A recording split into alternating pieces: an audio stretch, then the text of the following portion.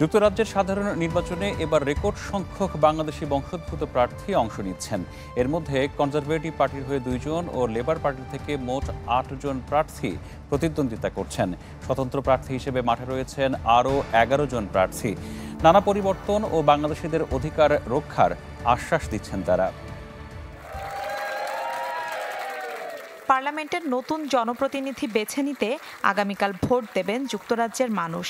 650 আসনের জন্য এবার বিভিন্ন রাজনৈতিক দলের হয়ে লড়ছেন 4000-এর বেশি প্রার্থী। নির্বাচনে প্রতিদ্বন্দ্বিতা করছেন বাংলাদেশি বংশোদ্ভূত অন্তত 34 ব্রিটিশ নাগরিক। এর মধ্যে প্রধান বিরোধী দল লেবার পার্টি থেকে মনোনয়ন পেয়েছেন 8 জন। বর্তমানে এমপি হিসেবে দায়িত্ব পালন করে ফের মনোনয়ন পেয়েছেন এমন 4 জন হলেন রুশনারা আলী, রূপা হক, tulip Siddique O Afsana Begum.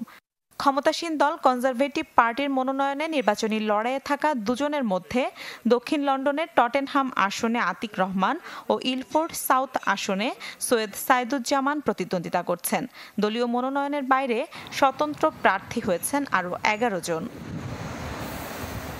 Workers party of ব্রিটেনের হয়ে আলট্রেজহাম অ্যান্ড সেল ওয়েস্টে প্রথমবারের মতো নির্বাচন করছেন ফয়সাল কবির নিক্সন।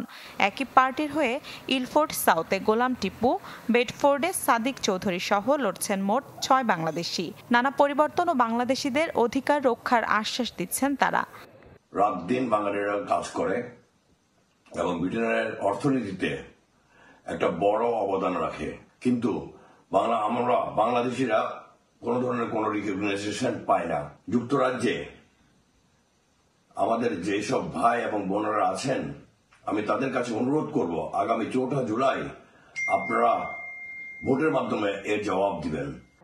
গেল মে মাসে সংসদ ভেঙে যুক্তরাজ্যে আগাম নির্বাচনের ঘোষণা দেন ব্রিটিশ প্রধানমন্ত্রী ঋষি সুনাক। দেশটিতে 2025 সালের জানুয়ারিতে সাধারণ নির্বাচন হওয়ার কথা থাকলেও 4 জুলাই নির্বাচনের তারিখ ঘোষণা করেন তিনি।